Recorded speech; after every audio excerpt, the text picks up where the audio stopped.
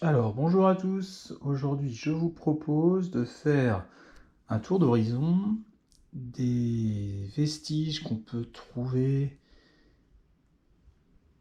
en terre, dans les champs, dans les forêts, un peu partout, et du Moyen Âge. Donc, on va se concentrer sur la période du Moyen Âge et du bas Moyen Âge. Donc, vraiment la période médiévale qu'on connaît le mieux, celle avec les châteaux forts, les troubadours et toutes ces sortes de choses. Alors on commence par les moyens de paiement, par donc la monnaie. Alors il n'y en a pas beaucoup parce que la monnaie médiévale c'est quand même pas quelque chose qui se trouve facilement. Donc, vous voyez là il y en a 1, 2, 3, 4, 5 en argent billon, c'est-à-dire un mélange d'argent et de cuivre. Et donc ce sont des monnaies de la fin du 15e ou du milieu du 15e. Donc des blancs, alors ça c'est un blanc à la couronne. Euh, Ça c'est à peu près la même mais plus petite. Avec les fleurs de lys et puis la croix. Encore une, un peu dans le même style. Et encore une. Donc on voit qu'il y a du cuivre, donc elle est pas très brillante. Il y a un peu d'oxydation. Donc ça c'est des monnaies du 15e siècle. Et puis cette petite monnaie qui est aussi du 15e siècle. Alors je ne sais pas si vous allez voir quelque chose, mais c'est une monnaie anglaise. Donc cette monnaie anglaise, c'est un penny a priori. Et si vous regardez bien, c'est pas facile à voir, mais en fait on peut voir un visage couronné de faces avec la coiffure typique du Moyen Âge, donc les cheveux mi-longs, un peu bouclés, euh, qu'on peut voir sur les enluminures, sur les illustrations de livres. Donc ça c'est une monnaie bon, qui est assez attachante parce que c'est une monnaie anglaise, donc qui n'est pas très courante chez nous, et puis qui date de la guerre de 100 ans en fait. Donc voilà, ça ce sont les monnaies. Après, donc ça c'était les monnaies en argent, mais en fait pour le quotidien, le petit peuple, donc les gens du peuple utilisaient plutôt des monnaies, alors celle-ci elle est abîmée, mais en fait des monnaies en plomb, ou en cuivre hein, bien sûr, ou même en argent pour certains achats, mais pour vraiment le quotidien, enfin, c'est assez complexe comme, euh, comme monnayage, mais ici il s'agit d'une monnaie en plomb, ou plus exactement d'un substitut à la monnaie, qu'utilisaient les gens quand il n'y avait pas assez de petites monnaies de cuivre. Et donc c'est très reconnaissable parce qu'en fait il y a une espèce de soleil là ou d'étoile. Alors ça peut varier, il peut y avoir beaucoup de motifs. Donc ici deux autres méros, donc ce sont des méros médiévaux. Donc c'est vraiment des toutes petites choses en plomb qui servaient vraiment, je sais pas, à acheter du pain, acheter vraiment des, voilà, des bricoles, quoi, les dépenses vraiment quotidiennes. Euh, donc voilà. Donc ça, ce sont les monnaies. Alors après, ce que je vous propose, c'est qu'on jette un œil sur euh, ce qui constitue en fait l'essentiel des trouvailles qu'on peut exhumer du Moyen Âge, c'est tout ce qui a trait à l'habillement. Donc on va commencer par les choses les plus vraiment les plus grossières, on va dire. Ce sont ces deux objets là qui sont en fait des boutons, des gros boutons de blouse ou de, voilà, de vêtements. Donc ça ressemble en fait à un méro, si vous regardez là, surtout celui-ci où il y a vraiment des motifs, des points, une espèce d'étoile. Mais en réalité, je les ai trouvés ensemble et ce sont des boutons caractéristiques. Donc c'est un mélange de plomb et d'étain, c'est pour ça qu'ils sont très abîmés, parce que l'étain ne se conserve pas en fait dans la terre.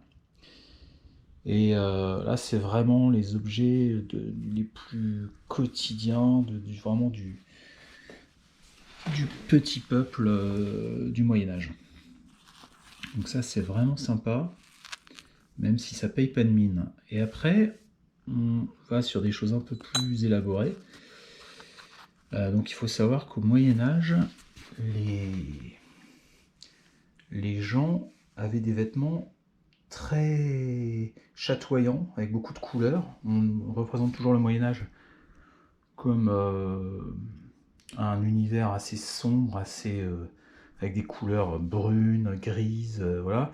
Ça, c'est l'image qu'on a dans les films, mais en réalité, le Moyen-Âge, c'est quelque chose de très coloré. Par exemple, les cathédrales, les églises étaient peintes, et les vêtements étaient teints dans des couleurs très vives, le jaune, le rouge, le bleu. Et donc, les gens au Moyen-Âge avaient des vêtements qui étaient très décorés, très embellis, avec tout un tas de petits objets de décoration. Alors, je vais plutôt prendre quelque chose comme ça, vous voyez. En fait, ça, c'est une fleur qui était accrochée à une ceinture. Ici, on a... Alors, c'était beaucoup les ceintures, en fait, hein, qui étaient décorées. Donc ici, on a ce qu'on appelle un banquelet qui servait à maintenir la ceinture raide. Donc ça permet aussi de décorer, puisque c'est assez mignon, c'est assez élégant. Et puis, on a après tout ce qu'on appelle les... Alors, ça peut avoir été mis sur un vêtement. On voit qu'il y a encore des traces de dorure, mais ça peut aussi avoir été mis sur un harnachement de cheval. Puisque c'est pareil, les chevaux, les animaux, les chiens par exemple, étaient portaient beaucoup des colliers très décorés, voilà, des harnais avec beaucoup de petites choses brillantes, des grelots, des choses comme ça. Et ici, on a ce qu'on appelle des paillettes. Donc en fait, ce sont des tout petits objets très fins qui étaient fixés sur les ceintures.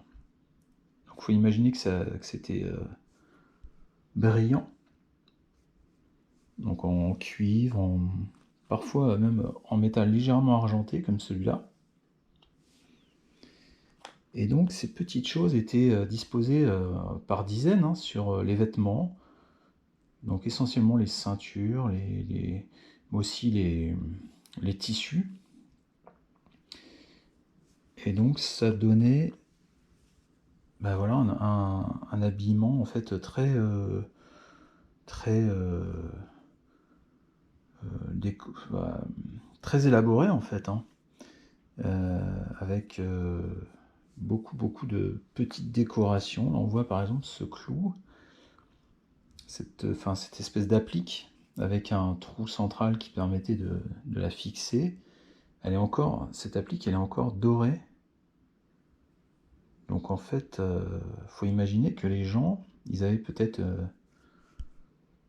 une dizaine, une vingtaine d'objets ou comme ça sur leurs vêtements qui brillaient. Donc voilà, c'était ça devait être assez joli. Donc ça c'est... Alors après, il y a aussi ce genre de choses qui sont des clous décoratifs, mais ça va plutôt sur, comme je l'ai dit, sur des harnachements de chevaux. Bon, c'est très sympa quand même. On voit qu'ils avaient un souci de la décoration et de l'apparat, donc comme celui-ci, qui est encore doré aussi. Voilà. et comme celui-là, qui je pense a été également une décoration qui allait sur du cuir de harnachement. Donc là on voit bien le décor à motif floral et le système d'attache. Et alors, si on regarde ces trois objets, donc vous voyez, c'est vraiment, il n'y a rien de spectaculaire en fait, hein. On est vraiment sur des petites choses, mais en fait c'est assez sympa parce que on reconnaît bien la famille d'objets. Ce sont des extrémités de ceinture, donc je crois qu'on peut appeler ça des mordants de ceinture. Donc c'est typiquement médiéval. Il y en a un ici qui est un peu décoré, ici avec des restes de dorure. Mais on voit que c'est quand même très, très simple en fait, hein. Donc ça, c'était vraiment des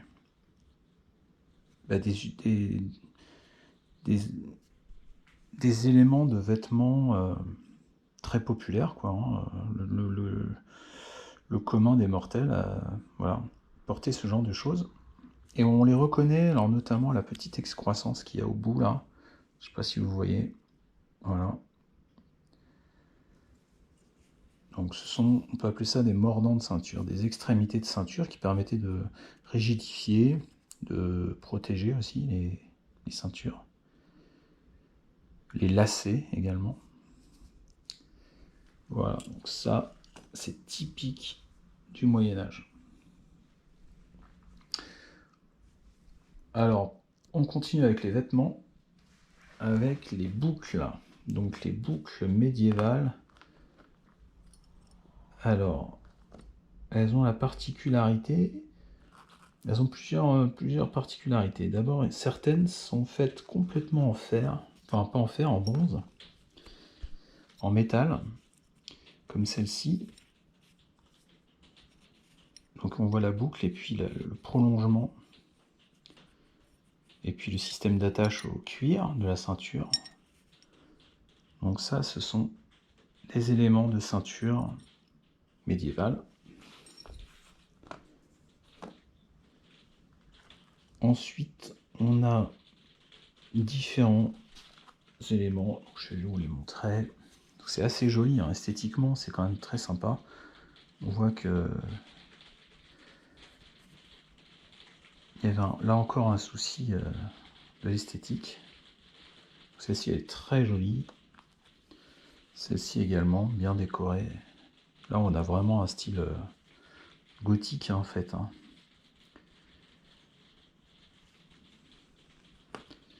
Alors, certaines sont plus simples, comme celle-ci, mais qui a encore son ardillon.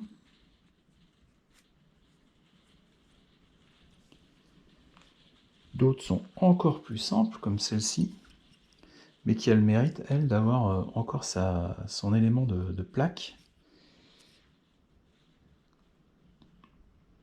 Donc faut imaginer que c'est quand même des objets qui ont 700 ans, quoi, hein.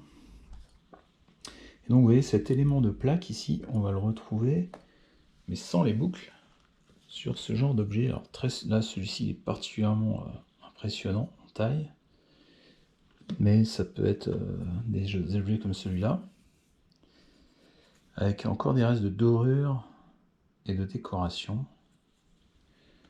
Voilà, ou un objet comme celui-ci également.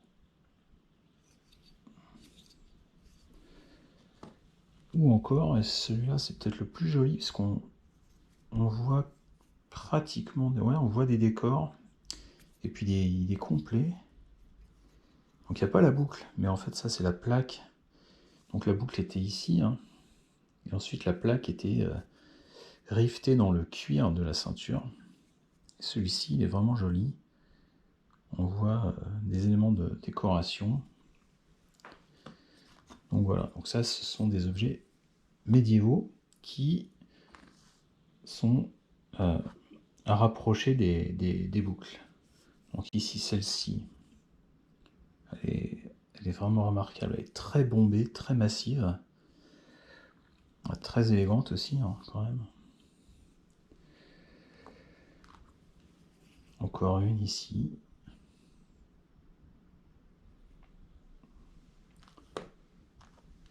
Ici.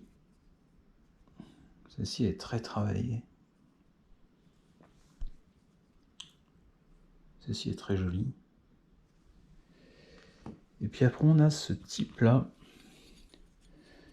Donc là, qui ressemble plus à des fermailles, en fait, médiévaux. Donc en fait, c'est quasiment des anneaux.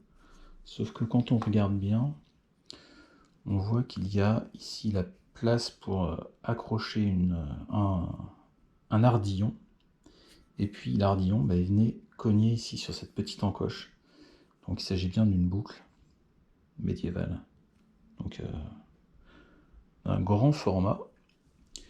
Et ici, c'est le même principe. On voit ici la petite, le petit décrochement pour mettre un ardillon. Et puis très très légèrement l'emplacement pour que l'ardillon repose. Donc voilà, donc ça ce sont les boucles. Donc vous avez vu les boutons, les paillettes, les décorations, les boucles, les plaques de boucles. Alors après on change de registre. Là on était dans les vêtements. Après je vous propose de regarder deux objets qui sont des poids de commerce en fait, hein, et que je pense être du Moyen-Âge.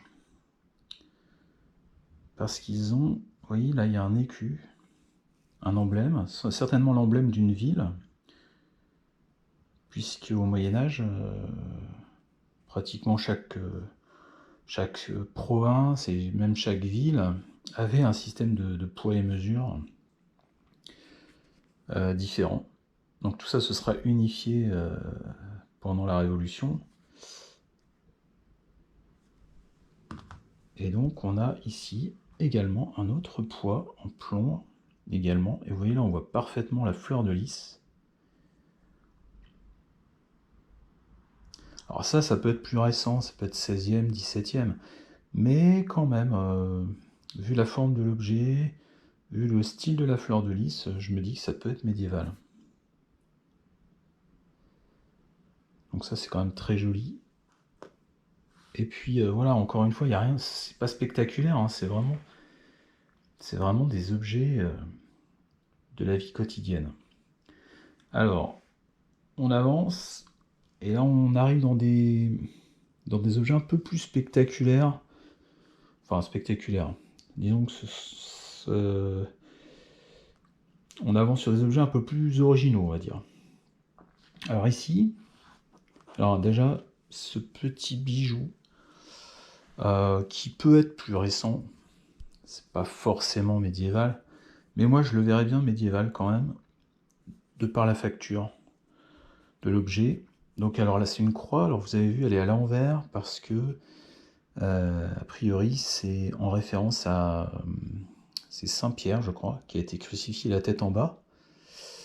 Donc voilà, c'est un objet qui est quand même très très peu travaillé, on voit que c'est quand même très très simple, et donc je le verrais bien quand même de l'époque de l'époque médiévale.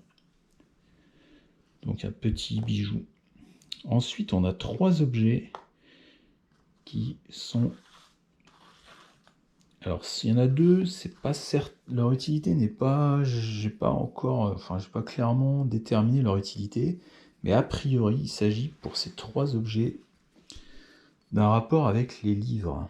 Donc au Moyen-Âge, vous savez que les livres, c'était des objets extrêmement luxueux, précieux. On attachait énormément d'importance et d'attention aux livres, et on faisait on en prenait un grand soin. Donc ça, ce serait un système de protection de livres qui était sur la tranche, qui se situait sur la tranche, qui était rifté au cuir. A priori, hein, a priori, je suis pas complètement certain de moi là. Idem pour ce petit objet qui pourrait soit être une extrémité de ceinture, un peu comme les objets qu'on a vus tout à l'heure. Donc même c'est probablement ça, avec ici un petit axe qui passait et qui permettait de tenir le cuir. Donc là il y a une tête d'animal, vous voyez ça ressemble un peu à une espèce de gargouille, un lion, quelque chose comme ça, donc ça c'est médiéval, c'est certain. Donc l'époque est certaine, après j'ai vu certaines explications comme quoi ça pourrait être un fermoir de livres. Voilà, donc peut-être. En tout cas, sinon c'est une extrémité de ceinture. Et dans les deux cas, je trouve que c'est quand même très très beau, avec cette tête de lion. C'est quand même un très bel objet. Et puis dernier objet, alors là pour le coup c'est sûr, c'est un... Alors il est cassé, mais ça c'est l'utilité est certaine, l'utilisation est certaine. En fait il y avait quatre éléments comme ça, donc en forme de fleur de lys, hein. Quatre dispositifs comme ça, avec un trou pour mettre un petit rivet. Et donc en fait, c'était des dispositifs de protection des livres également. Donc il y en avait un à chaque coin en fait, hein, du livre, sur la couverture, donc qui était en cuir, ou en peau, donc assez épaisse. Et ça permettait, donc comme on rangeait pas les livres sur la tranche, comme aujourd'hui, on les posait à plat, ça permettait qu'ils ne soient pas en contact avec le bois, par exemple, ou éventuellement la pierre, et donc qu'ils ne prennent pas l'humidité, qu'ils ne s'usent pas aussi, qu'ils ne frottent pas contre la pierre, ou qu'ils ne prennent pas l'humidité, et donc qu'ils ne moisissent pas, ou qu'ils n'aient pas de rayures, qu'ils aient pas... Donc en fait, on les posait à plat, et ce système-là permettait de les surélever. Donc ça, c'est quand même un témoignage de la vie culturelle, quotidienne de nos ancêtres. Donc c'est un objet qui est assez touchant, qui est assez intéressant en fait, hein. Parce que là, voilà, on parle pas de bataille, on parle pas de conflits de succession, de choses comme ça, de guerre. Non, c'est vraiment la vie au quotidien. Donc voilà, ça c'était soit les livres, enfin en tout cas celui-là c'est sûr, soit peut-être aussi des décorations pour celui-là de ceinture. Voilà. Et ensuite, je vous présente ces deux petits objets qui sont en fait des clés. Alors des clés, alors elles sont abîmées, hein. Elles sont très abîmées parce qu'elles sont en fer. Mais en fait, c'est une clé médiévale. Alors on le reconnaît à la façon dont, à la forme là, très torturée du dispositif. Donc c'est une petite clé de coffret, c'est pas une clé de porte, hein, c'est une clé de coffret en fer du Moyen-Âge. Donc, et puis celle-ci, alors, qui est plus simple dans sa forme ici, mais qui est très reconnaissable à son côté, à cette forme ovale ici. Donc là, c'est typiquement médiéval. Donc c'est une petite clé de coffret également en fer.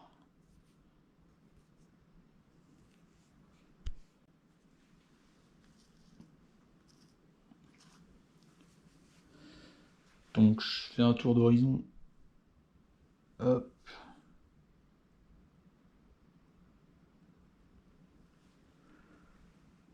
Alors on finit par des objets un peu plus originaux, enfin un peu plus spectaculaires.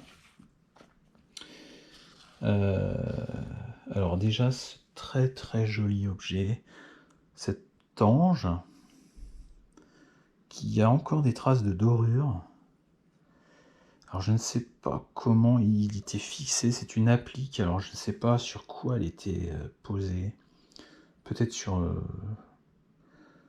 un crucifix ou un objet religieux, ou simplement peut-être sur un vêtement, hein, c'est possible.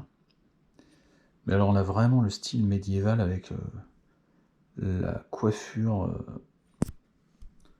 de l'ange qui ressemble beaucoup à la coiffure du personnage qu'on a vu sur la monnaie tout à l'heure, sur le penny. Et... bon, ça c'est vraiment un très très bel objet. Ouais, je vous laisse regarder.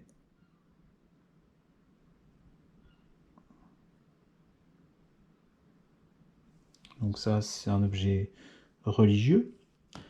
Alors on va continuer dans les objets religieux avec cet autre objet. Donc vous voyez ici on voit les fleurs de lys. Et en fait il s'agit d'une ampoule de pèlerin. Donc en fait alors elle est abîmée de ce côté. Elle a subi le temps, hein, elle était dans la terre. Donc en fait c'est un objet qui a été utilisé par les personnes au Moyen-Âge pour rapporter de la terre de leur lieu de pèlerinage. Donc si vous alliez à Saint-Jacques-de-Compostelle par exemple, ou à Rocamadour, ou voilà, à Jérusalem, pourquoi pas, eh bien pour apporter la preuve de votre voyage, et puis aussi par un peu par superstition, enfin pour voilà, par foi, tout simplement, par acte de foi, vous rapportiez un peu de terre, et souvent les gens après l'enterraient dans leur champ, dans leur propriété, pour que ça porte bonheur, et donc ils l'attachaient sur leur chapeau, sur leurs vêtements, avec les deux petites anses qu'on voit ici, là. Et c'était cousu sur les vêtements. Donc voilà, donc c'est vraiment un objet... alors ça peut être plus récent, ça peut être 16e siècle, voilà. Mais moi j'ai envie qu'il soit du Moyen-Âge, voilà, je préfère. Et il n'y a pas de raison que ce soit pas du Moyen-Âge, voilà. Donc c'est un très joli objet, très évocateur. Voilà, ça évoque les croisades, ça évoque Saint-Jacques-de-Compostelle, ça évoque tout ce phénomène religieux du Moyen-Âge. Alors ici on en a une autre, mais qui a été complètement explosée par les tracteurs. Donc on arrive à deviner que c'est une ampoule, parce qu'il y a quand même encore ici une anse, et puis il y a en regardant de près, il y a quand même des dessins qui apparaissent. Voilà. Donc elle a été sauvée celle-ci, mais in extremis, hein.